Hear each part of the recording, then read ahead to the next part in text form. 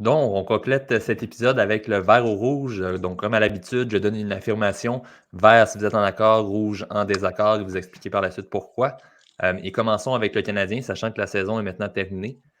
Juraj Slafkovský obtiendra plus de 65 points la saison prochaine. Éloi. Je pense que oui. Je pense que je vais aller avec vert. On va voir encore une progression de son côté, j'ai l'impression. Donc, s'il n'y a pas de blessure, ce trio-là aussi, Caulfield n'a peut-être pas marqué autant de buts qu'il aurait dû cette saison. L'an prochain, ça devrait monter un petit peu. Ça devrait donner plus de mentions d'aide à Uri. Donc, ouais, je pense qu'il va pouvoir aller chercher ce 65 points-là l'an prochain. Julien. J'ai vraiment le feeling qu'il va se blesser. Fait que je vais dire rouge. Oh non! Ouais. Touche du bois. Mais il a joué quasiment une semi-attelle à son genou en fin de saison. Là, il va aller jouer mondiaux cet été. Là, je le connais, là, il va exagérer là, cet été. Là. Puis, Ouais. il va vouloir être super power l'année prochaine, puis il va trop en faire, puis il va manquer 10-15 matchs, puis ça va passer broche. Il va être le premier joueur de plus de 300 livres dans l'histoire de la LNH. Bufflin, au début du cas, je te dirais qu'il était pas loin. Marc? C'est toujours difficile parce que dans le sens, il peut arriver plein d'affaires, mais c'est sûr que si la tendance se maintient, il a commencé très mollo cette année. On s'était dit, coudonc, ça ressemble au Uri un peu de l'année passée. Coudonc, ça a donné quoi de se mettre des lunettes sur la tête pour voir de la réalité virtuelle pendant qu'on joue? Qu'est-ce qui se passe? Bon. Puis finalement, il a pris son envol. Je te dirais, si on divise la saison en 3, là, la deuxième partie du premier tiers, ça s'en venait. Puis deuxième moitié, tassez-vous de là. Puis la troisième moitié, c'était tout un joueur de hockey. Donc, si la tendance se maintient, oui. Et surtout que l'avantage numérique, mettons, Dak ne se blesse pas, peut-être qu'ils vont jouer à 4 attaquants, puis ça va générer encore plus d'attaques. L'équipe risque d'être meilleure. Je veux dire, éventuellement, on va peut-être vouloir rentrer, mettons, un autre défenseur comme Reinbacker qui a une bonne relance. Si Hudson fait l'équipe, là aussi, il y a une bonne relance, ça va lui permettre d'en faire encore plus de points. Donc, je ne vois pas de signe de régression. Au contraire, je vois une montée. Et là, il a fini à 50. Donc, 65, ça serait... Moi, j'aurais dit 60 et un plateau à atteindre. Donc, s'il fait 65, il a atteint le plateau que je pense qu'il devait atteindre. Voilà. Fait que vert. Luc? Je vais y aller avec vert s'il ne se blesse pas. Et s'il fait 65 points, ça veut dire que le Canadien est en série. Intéressant. Il rajoute un bit de plus, j'aime ça. Mais je vais y aller avec vert également. Je regarde cette saison. Cole Caulfield a atteint les 65 points cette année. Et je dirais à un certain point qu'on regarde, encore là, si je le sépare en 3 comme Marc-Antoine, les 2 derniers tiers, Juraj Slafkovský a été meilleur que Cole Caulfield, selon moi. Donc, pourrait produire encore davantage l'an prochain, possiblement. Mais imaginez juste le fait que présentement, on se demande si l'an prochain, il peut atteindre 65 points. Si on regarde l'an dernier, on vient à la même date l'an dernier, jamais on n'aurait pu penser ça vu la saison et comment ça s'était passé pour lui. C'est fou. C'est fou. Deuxième affirmation, toujours concernant le Canadien. Nick Suzuki sera sélectionné pour la Coupe des 4 Nations avec le Canada l'an prochain. Julien. S'il était en shape, je pense que oui. C'est un prototype de joueur que tu veux. En même temps, il y a tellement des bons joueurs, mais je ne sais pas comment ça va se décider, ça. C'est qui va faire les line-up et tout. Mais moi, personnellement, mettons, tu es un DG du Canada. Mettons, sur ma 4e ligne, c'est exactement ça que je veux. Mais ça va être difficile. Il y a vraiment du choix, là, mais mettons, le but, c'est pas de pogner tous les meilleurs joueurs, c'est de faire la meilleure salade. Puis, des Suzuki, il n'y en a pas des tonnes dans la Ligue nationale qui sont capables d'avoir 1 point par match puis qui sont aussi bons dans leur zone. Il n'y en a pas des tonnes. Donc, je vais y aller avec vert. Marc-Antoine? L'équipe est faite quand? 2024, mais quand? En début de saison, d'après moi. Je pourrais revérifier. Okay, mais dans le sens que, je pense que ça va influer parce que c'est Suzuki. Oui. joue aussi bien défensivement, puis à la place d'être à 77 points, il est à 88 points. Oh, tabarouette, là, à même titre que si finalement ça plonge puis c'est une catastrophe, bon. Mais la beauté de la question, c'est qu'on parle quand même d'un gars qui a la possibilité de faire l'équipe la plus loadée. Là, je pense que les Américains vont être loadés, puis pas à peu près. Mais en tout cas, certainement dans les 2 pays les plus loadés en termes de profondeur et aussi de talent brut pur. Je veux dire, c'est quand même, déjà qu'on parle de ça, c'est super. Là, ça prend un gars de rôle, là, pas un gars qui est funny, là. Mais ça pour dire que d'après moi, sa 4e ligne, c'est le genre de gars que tu vas avoir besoin. Fait que je rejoins, tu sais, on parlait que, moi je me rappelle, John Cooper était supposé faire partie de l'équipe, il a dit, moi c'est sûr que je prends Cirelli dans mon équipe si on fait un Team Canada, parce que ta 4e ligne, c'est exactement ça que tu veux. Tabarouette, si Cirelli fait l'équipe, on va dire de quoi, Suzuki va jouer sur le premier trio, là, tu sais. Fait que, je vais dire vert, il n'y a rien, je pense, qui indique que ça ne fonctionnera pas. Mais des fois, le Canada a une mauvaise habitude, selon moi, de vouloir faire un espèce de vrai alignement de la Ligue nationale. Avec une 4e ligne, des fois, qui va jeter des rondelles dans le fond de patinoire, puis aller chercher des gars. Puis je suis un peu moins fan de cette stratégie-là parce que je pense que tu as des gars qui jouent bien défensivement, mais qui ont du talent beaucoup de talent offensif à aller chercher. Donc, ça pour dire, moi, je vais dire vert. Je vais dire vert. Ouais. Selon ce que je vois, ça semble être au début du mois de décembre pour finaliser les équipes pour le tournoi qui a lieu en février. Donc, quand même assez tôt dans la saison, possiblement. Luc? Je pense vert. Puis tout simplement parce qu'il va y avoir des blessés, d'autres joueurs canadiens. Puis Suzuki, on connaît sa résistance aux blessures, ou du moins de continuer à jouer. Je pense qu'il va être là un peu par défaut. Pas qu'il n'est pas bon, c'est juste que je pense qu'à un moment donné, durant la saison, il y a des blessés. Fait que je pense que ça va être vert juste à cause de ça. Je vais y aller avec vert, mais je pense qu'il aurait sa place dans les 12 premiers avant même les blessures, possiblement. Il serait dans le 10 à 12, si on veut, mais quand même, aurait sa place. Puis je le vois un peu comme Jonathan Toews quand il est arrivé aux Jeux Olympiques, ses premiers Jeux. Donc, je pense même que Toews a juste fait une édition en raison après ça du changement avec la fin des Jeux Olympiques pour l'équipe Canada, pour les joueurs de la Ligue nationale. Mais Toews avait été un des rouages importants de l'équipe, même s'il jouait au départ sur la 4e ligue de la formation. Donc, Suzuki, je ne dirais pas qu'il va être nécessairement le joueur le plus important, mais pourrait avoir son impact sur les résultats de la formation aussi. Je veux juste vous faire un petit aparté. Dans les centres canadiens, statistiquement parlant, il est 6e en ce moment. Derrière? Ouais. Crosby, McKinnon, puis McDavid. Du Barzal, Crosby, McDavid, McKinnon, Point qui est canadien, oui. Il est canadien. Ouais, c'est ça. Fait que Point, c'est ça. 6e. Mais tu sais, j'allais aussi dire, on se posait la question s'il est top 15 centre de la Ligue nationale, mais ça inclut tous les pays. Fait que là, si tu enlèves les Américains là-dedans, puis des C'est ça, il est top 6. Il est 6e meilleur centre canadien, puis il est 15e meilleur centre, 16e meilleur centre de la Ligue. Puis tu sais, tous les centres défensifs, là, les Couturier, Bergeron, Cirelli, Toews, soit qui n'ont plus le calibre pour le faire, soit qui ont été trop blessés, soit qui ne joueront peut-être même plus dans la Ligue nationale. Fait que ça laisse de la place. Puis Suzuki, il est centre. Ça vaut de quoi. Puis en plus, il peut jouer à l'aile aussi, d'après moi. Fait que je vois pas trop. Ouais. Puis si je me fais aux autres années, de mémoire, McKinnon jouait à l'aile aussi. Là. Fait que, Éloi? Ouais, je vais aller avec vert aussi. Puis justement, on parle de joueurs de centre qui peuvent jouer à l'aile. Si tu me dis que c'est le 6e meilleur centre, ben, il y a certainement des chances là, qu'un centre soit passé à l'aile ou peut-être 2 centres. Et puis dans l'équipe, on risque de prendre de 13 avant, fait que 5 centres là-dedans. Je pense que mathématiquement, ça aurait du sens de prendre Suzuki. Puis je pense qu'ils savent aussi, les dirigeants, ce qu'il peut faire défensivement pour une équipe qui peut jouer dans toutes les unités que tu veux, Suzuki. Fait que, ouais, je pense que c'est assez clair qu'il y aurait sa place dans cette formation-là.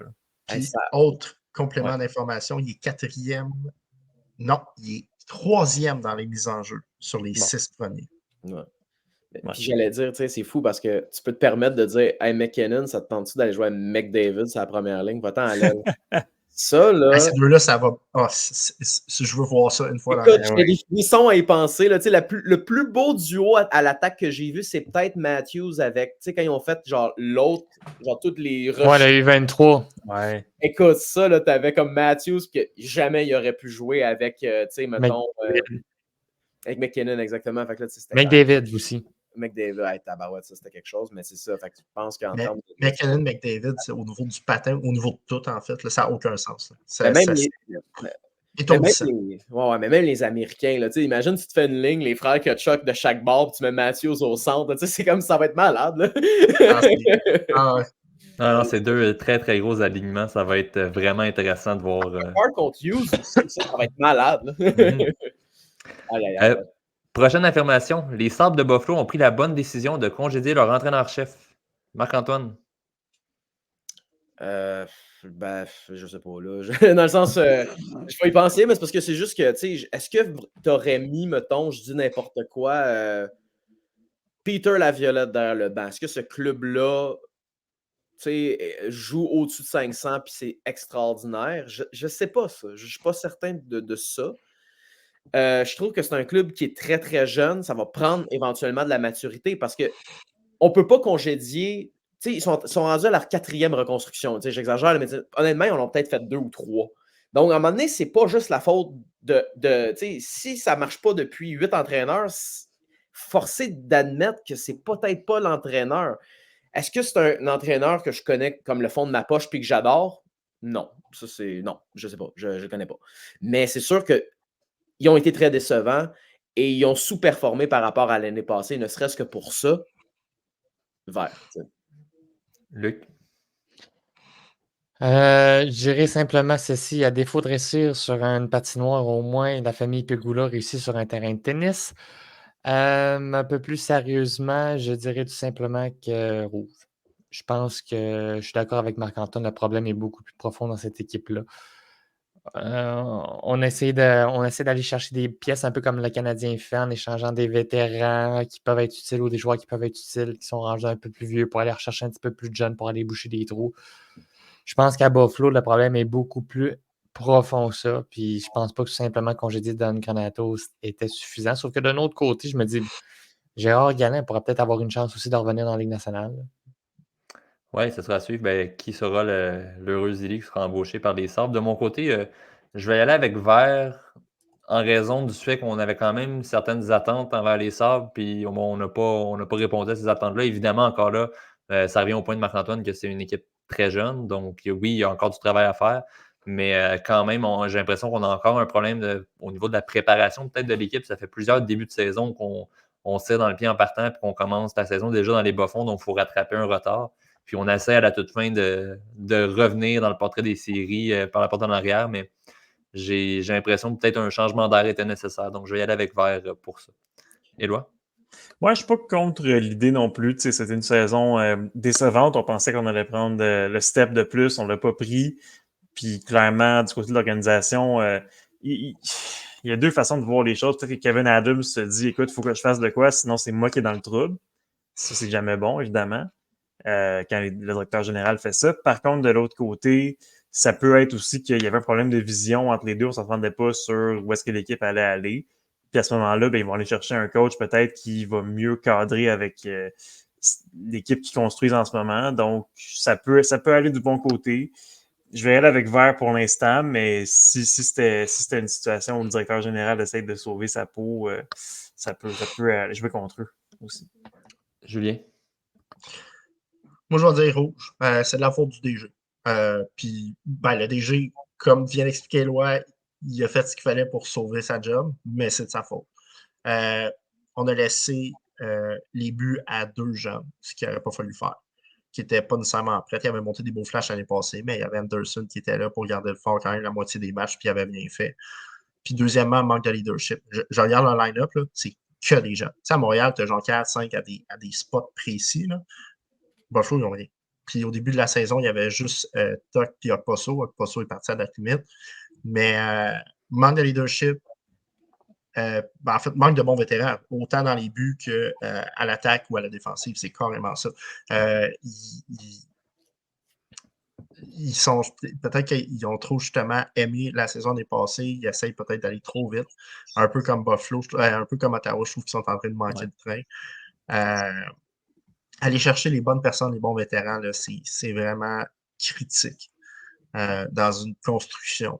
Puis en ce moment, s'ils n'amènent pas de leadership, puis le leadership, oui, il peut s'appliquer comme rapidement, mais aussi ça peut prendre 2 ans pour que justement les jeunes grandissent avec ces plus vieux-là. Je ne sais pas si Monahan va aller jouer là, mais c'est le genre de joueur que je targetais, c'est un méchant temps tout de suite en l'été, puis peut-être un défenseur aussi. Je trouve que c'est ça qui manque. Puis dans les buts, bon là, Luukkonen, il y a eu une bonne fin de saison. Au début, ça a été plus difficile, mais il y a vraiment une bonne stretch à la fin. Mais donc là, peut-être que justement, ils ont pris un peu de maturité pour on peut les essayer les deux, mais c'est ça. C'est une job de DG manqué, je trouve, personnellement.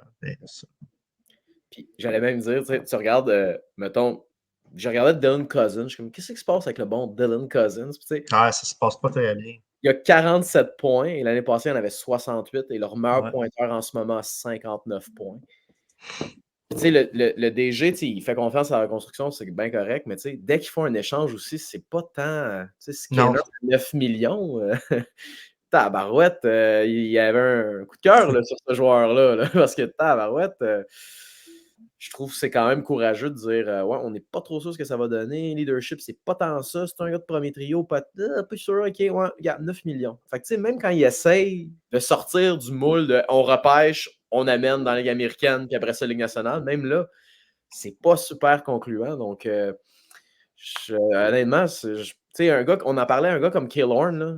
Honnêtement, moi, être eux, j'aurais dit, écoute, combien tu veux, là? Combien tu veux, on te le donne, viens-t'en, garde-nous, on est très à l'aise avec ça. Là. Puis, leur, mettons, plus vieux, entre guillemets, ils ne savent pas jouer au hockey. Olofsson ne sait pas jouer au hockey. Il est unidimensionnel, puis il y a eu une saison catastrophique. Il y a un gros salaire, Olofsson, là, pour un gars, là, que c'est juste l'avantage numérique. Jurgensen, il joue de la bonne façon, mais il n'y a pas de talent. C'est Eric quand Roberts. même un joueur il joue de la étoile, bonne il est allé au match des étoiles. Ben oui, écoute. Mais tu regardes le Krebs, Quinn, Yoki Ariou qui s'est fait garocher d'une équipe à l'autre, Byron qui vient d'aller chercher, Benson, Power, Cousin, Peterka. Quinn est blessé. Il manque de viande. Là, en fait, il manque d'os autour de la... C'est en nom de la viande, il ne manque pas d'os. C'est ça. Ça prendrait une équipe genre qui veut se rajeunir rapidement parce que leurs gros joueurs s'en viennent vieux puis ils veulent un noyau similaire. Tu sais, de moi, Quinn puis Peterka, mettons, puis je vais t'échanger un gars de 31 ans que là, ça va pas tant, mais qu'il y a un bon leadership, il va être capable d'aller gagner des rondelles et tout. Mais encore là, qui, tu sais? C'est une bonne question. Qui? Puis un gros contrat, il y a des tu sais, je veux pas aller là, des no trade de classe. Puis c'est sûr que Buffalo est là. Puis c'est ce qui est difficile, c'est que Montréal, mettons, ça va pas bien, mais c'est sa pente montante, il y a les bons jeunes, blablabla. Fait que je pense qu'il y a des gars qui seraient susceptibles de vouloir venir. Buffalo, c'est parce que tu veux faire confiance, mais là, t'attends, puis là, ça fait 15 ans qu'ils sont pas bons. Genre, regarde, c'est correct, là, démerdez-vous avec vos trucs, parce qu'il n'y a aucune chance que je veuille aller finir ma carrière avec vous. Là. Ouais. C'est triste, là, parce que sur papier, là, ils ont beaucoup de talent. Là. Puis en plus, il y en a encore qui s'en viennent. Fait que tu fais tabarouette. C'est vraiment dommage, honnêtement. Hein. Ça sera à suivre cet été, savoir qui sera l'entraîneur-chef, qui voudra aller tenter sa chance dans le cimetière des entraîneurs à Buffalo. Claude Julien. Ben, possiblement. Écoute, on verra. On termine avec le Dans mon équipe et on y va de façon thématique cette semaine. Évidemment, il y a un autre affrontement entre les Leafs et les Bruins au premier tour. Donc, on oppose des joueurs de chacune des deux équipes, deux ailiers droits. Donc, on y va avec David Pastrnak et Mitch Marner. Donc, à voir vos visages, ça ne semble pas nécessairement un choix très facile de votre côté. Donc, Pastrnak a plus de points, mais également plus de matchs joués. Donc, une saison de plus derrière la cravate. Un Maurice Richard aussi pour Pastrnak. Ce qui est en série, les deux sont près du point par match, un petit peu plus pour Pastrnak, mais tout de même, ça se ressemble beaucoup. Donc, deux joueurs quand même assez similaires en termes statistiques. Évidemment, un est buteur et l'autre davantage passeur. Donc, Luc, je vois ton visage, t'aimes pas ça que je commence avec toi, mais c'est à ton tour. Qui choisis-tu entre les deux équipes? Moi, je tiens juste quand même à dire, les Leafs sont seulement passés une fois le premier tour dans les 20 dernières années et Marner a quand même 50 matchs joués. Ouais. Ah, Il y a beaucoup de matchs 7 là-dedans en plus. oui, aussi. Où est-ce que Boston menait 4-1, je pense, ou 3-1. Mais je vais prendre Marner parce que je pense que Marner est légèrement plus défensif que Pasternak. Puis on a besoin de ça en série. Pasternak a toujours joué avec des gars qui, comment je faisais ça, qui étaient bons sur 200 pieds, avec Krejci et Bergeron notamment, ce qui a tout souvent aidé la prise de décision au niveau de risque. J'y vais avec Marner, mais personnellement, quelqu'un qui va prendre Pasternak, je pense que j'y fais un câlin pareil. Là. Bon, ben, tant mieux, tu me feras un câlin à ce moment-là. Moi, je vais y aller avec David Pasternak. Dans les autres, dans mon équipe qu'on a fait, que Mitch Marner est impliqué, j'ai toujours pris Mitch Marner. C'est quand même un joueur que j'aime beaucoup, mais je vais aller avec Pasternak. Souvent, je préfère peut-être le gars qui est capable de marquer le but important. Donc, ce que Pasternak peut faire. Je pense aussi, une fois en série, Pasternak a peut-être un peu plus de grit que ce que Marner peut offrir. Encore là, à chaque fois qu'on a fait dans mon équipe, je disais comme quoi Marner, je pense que c'est le lieu où il est en ce moment à Toronto, ça ne fonctionne pas. Il a besoin d'un changement d'air pour les séries éliminatoires, mais je vais quand même y aller avec Pasternak. Puis c'est surtout quand je regarde la production de Pasternak avec les joueurs avec lesquels il est depuis 2 saisons. Oui, il y avait Bergeron encore l'an passé, mais quand même, il avait ralenti. Et cette année, bon, avec Zaka, c'est pas un centre numéro 1 dans la majorité des équipes et il continue de produire à un niveau très élevé par rapport au reste de son équipe. Donc, je vais y aller avec Pasta pour cette fois-ci. Éloi? Moi aussi, je vais y aller avec David Pasternak. Je pense que on le voit cette saison, il rend ses coéquipiers meilleurs. Puis Marner ne m'a pas encore prouvé ça. Peut-être c'est à cause des séries, je ne sais pas, mais j'ai comme l'impression que Pasternak, c'est le genre de joueur qui va élever son trio un peu plus que Marner. Mais en même temps, comme tu dis, j'aimerais ça voir Marner dans un autre contexte, pour voir un peu comment il se débrouille quand il est avec des coéquipiers qui sont peut-être un petit peu moins offensifs. Ça serait intéressant à voir, mais entre les deux, je donnerais l'avantage à Pasternak pour les accomplissements qu'il y a eu jusqu'à présent. Julien? Moi, je vais aller avec Marner. Je pense que c'est un meilleur joueur de hockey, globalement. Il n'a pas eu la chance d'être élevé avec des piliers de leadership qu'il y a à Boston, comme à Toronto. Il s'est un peu élevé tout seul. Il est meilleur défensivement que Pasternak, ça, on ne peut pas y enlever. Il rend les autres meilleurs, je trouve, que Pasternak. Pasternak, c'est un finisher. Pasternak, il compte le tiers de ses buts, à peu près, ou le quart de ses buts en avantage numérique. Marner, pour moi, c'est dans mon équipe, je veux starter une équipe, mettons les deux ont 18 ans, là, puis je veux starter une franchise, là, je prends Marner. J'ai pas le choix. Il est juste trop bon dans tout. Il est capable de faire autant de points par match à peu près que Pasternak sans d'aucune façon laisser le côté défensif de côté. Donc, même si l'autre est plus buteur, c'est un meilleur joueur, globalement. Donc, je vais avec Marner. Et Marc, pour terminer, qui choisis-tu entre Pasternak et Marner? Donc, tu peux départager c'est 2-2. C'est dans mon équipe. Moi c'est ça, je prendrais les deux. Ça arrive que tu fais genre, hey, tu sais quoi, moi, lui, il m'intéresse pas. Puis c'est déjà. Mais non, c'est impossible. J'ai pas eu peur, mais qui ferait, ah non, moi, ces deux gars-là, des gars de 100 points là, qui sont habiles, ne m'intéressent pas. Mais écoute, c'est vraiment juste par. J'ai trouvé des arguments d'un bord plus que de l'autre. Fait que c'est plus pour ça. Mais je suis très d'accord avec Julien sur un aspect. Je pense pas que Pasternak devient Pasternak s'il joue pas à Boston. Yep. Je pense que Pasternak devient plus un genre de Robbie Fabry peut-être là, mais ça a donné que bon, il est tombé à la bonne place au bon moment, mais je n'enlève pas son talent évidemment. Tu sais, je pense que c'est ça qui est fou aussi, c'est que là tu vois, il est à 110 points sans Krejci et Pasternak, alors que l'année passée, il est à 113 avec Krejci et Pasternak. Et Bergeron, excuse-moi. Donc, le 3 points d'écart, alors que les gars sont plus là. Fait qu'il y a comme un héritage qui s'est légué. Fait que ça, c'est vraiment génial. Ouais. Alors que Marner, c'est une gang de jeunes mis ensemble. Bonne chance, les gars. Le bateau est à vous. Vous avez 19-20 ans. Faites ce que vous pouvez. Donc, je comprends tout ça. Ceci dit, tu prends qui là? Puis forcé d'admettre que moi, Pasternak, avec 61 buts l'année passée, 4 saisons de 40 buts et plus, 7 saisons de 30 buts et plus, Marchand est vieillissant, puis il joue avec Zaka. Je suis comme. Puis il y a un Maurice Richard en plus, si on veut rentrer dans les trophées, je pense que je suis obligé de prendre Pasternak. Même si aussi la personnalité, il y a vraiment une personnalité colorée, là, une chance qu'il fait des points parce que j'ai regardé une entrevue, tu sais, les gars de Spit and Chicklets s'amusent à faire des sandbaggers. Puis honnêtement, là, regardez ça, là, vous allez voir c'est qui Pasternak, là, c'est une personnalité vraiment particulière et fort agréable. Puis il parle à Kevin Fiala, qui Kevin Fiala est suisse et ils parlent tchèque, puis ils parlent tchèque ensemble.